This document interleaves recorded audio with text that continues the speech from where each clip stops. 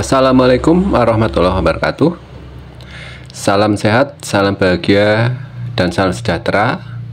Salam sejahtera buat kita semuanya. Bismillahirrahmanirrahim. Alhamdulillahirabbil alamin. Asyhadu alla ilaha illallah wa asyhadu anna Muhammad Rasulullah. Allahumma sholli wa sallim ala sayyidina Muhammad wa ala ali sayyidina Muhammad.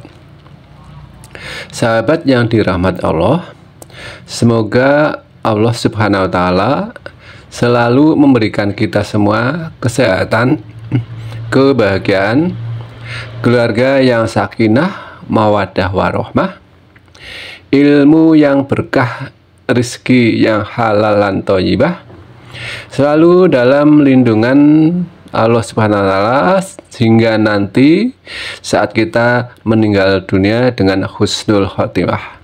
Amin amin ya robbal alamin. Sahabat yang dirahmati Allah, sering kita mendengar ada istilah sholat jamak dan qashar. Kita belajar sedikit tentang apa sih itu sholat jamak dan qashar. Dasar yang perlu dipahami terlebih dahulu adalah ajaran Islam itu penuh dengan kemudahan. Sebagaimana Allah telah berfirman bahwa Allah menghendaki kemudahan bagimu dan tidak menghendaki kesukaran bagimu. Surat Al-Baqarah ayat 185. Dalam ayat yang lain disebutkan, Allah hendak memberikan keringanan kepadamu dan manusia dijadikan bersifat lemah. Al-Quran Anas ayat 28. Di dalam hadis juga disebutkan, buatlah mudah, jangan mempersulit. Hadis riwayat Bukhari nomor 69 dan Muslim nomor 1734.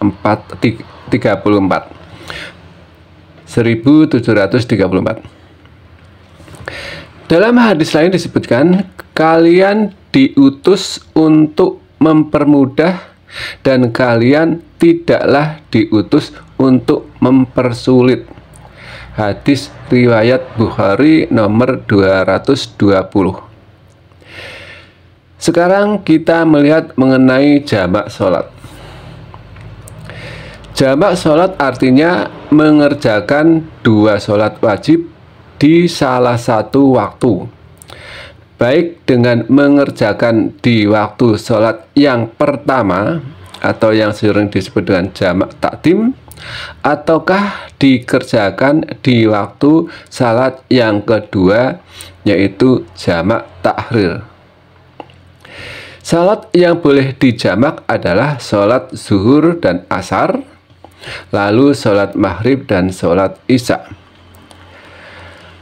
Menjamak dua sholat ini dibolehkan menurut ijma atau kesepakatan para ulama.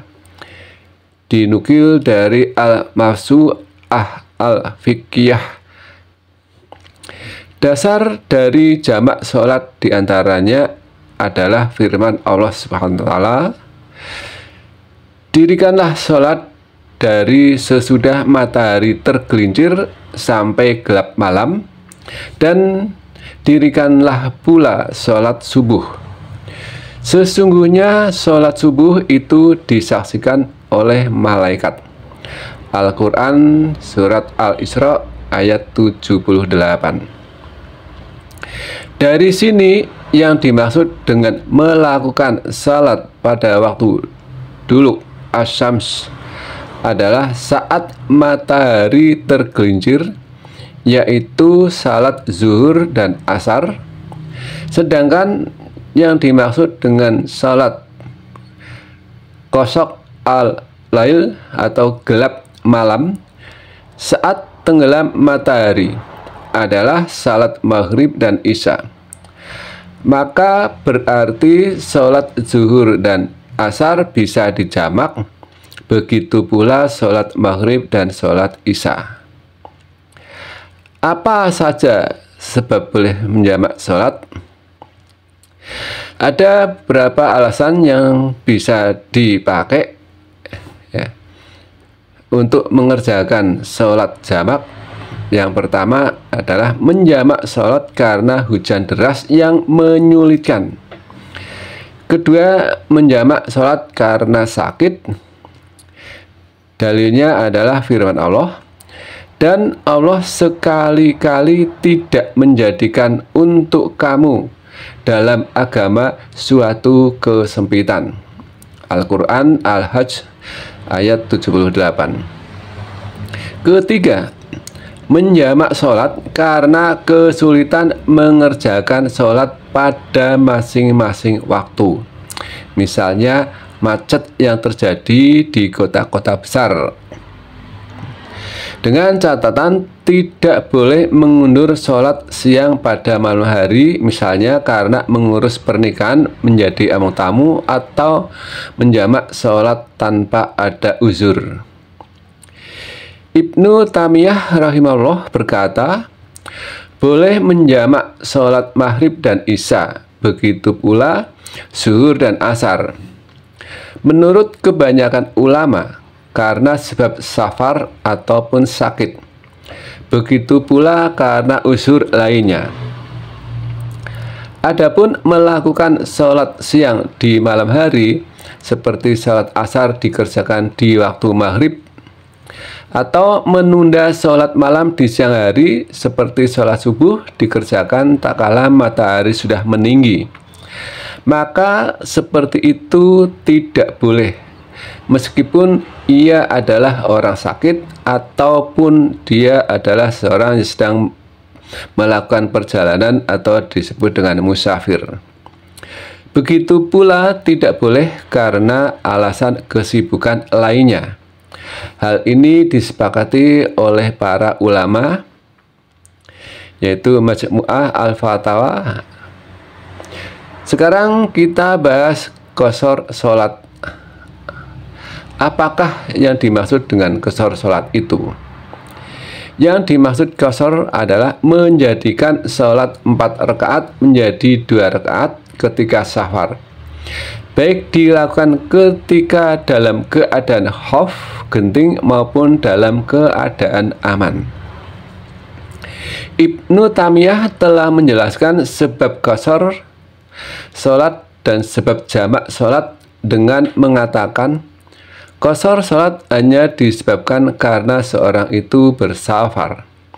Tak boleh seorang mengqashar sholat pada selain safar.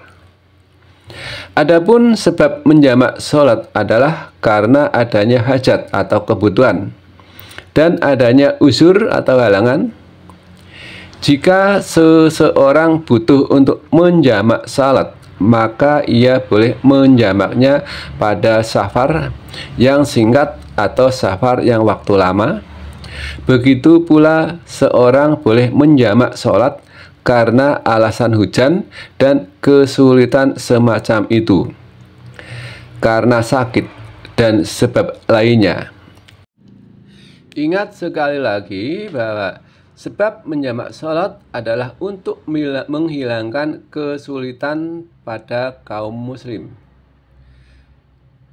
Majmu'ah Al-Fatawa.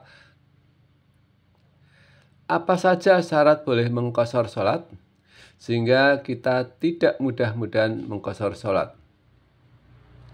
Yang pertama, niat untuk bersafar.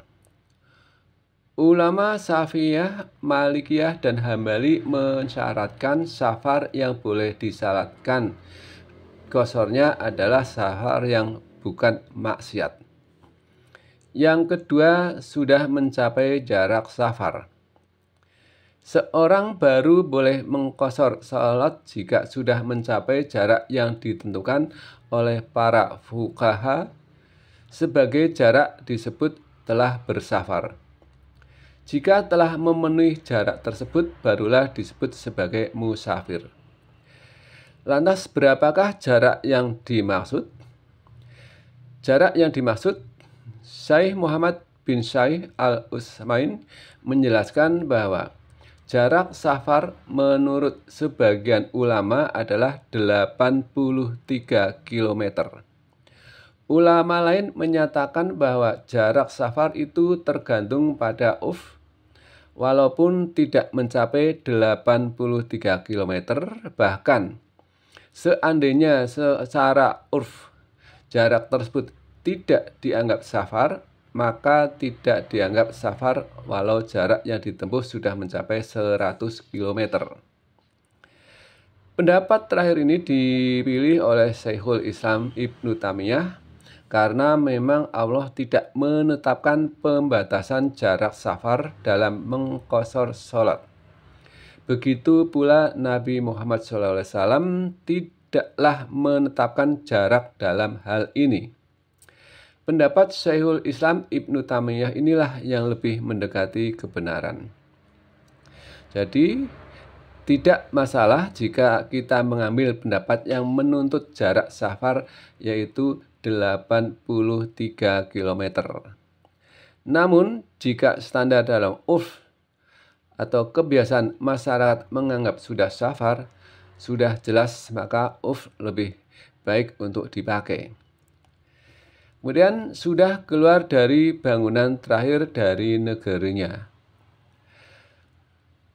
Qashar salat baru bisa dilakukan jika seseorang keluar dari tempat ia bermukim. Jika ia keluar dari rumah terakhir dari kotanya, ketika itu barulah salat bisa diqashar menjadi 2 rakaat. Dalilnya dari Anas bin Malik radhiyallahu anhu, ia berkata bahwa Nabi SAW pernah sholat di Madinah 4 rakaat dan Zul Halaifah saat ini disebut dengan Bir Ali, salat sebanyak 2 rakaat. Hadis riwayat Bukhari nomor 1089 dan Muslim nomor 690. Kemudian disyaratkan niat qashar untuk setiap sholat. Disyaratkan untuk mengqashar sholat sudah ada niat sejak takbiratul ihram untuk setiap sholat.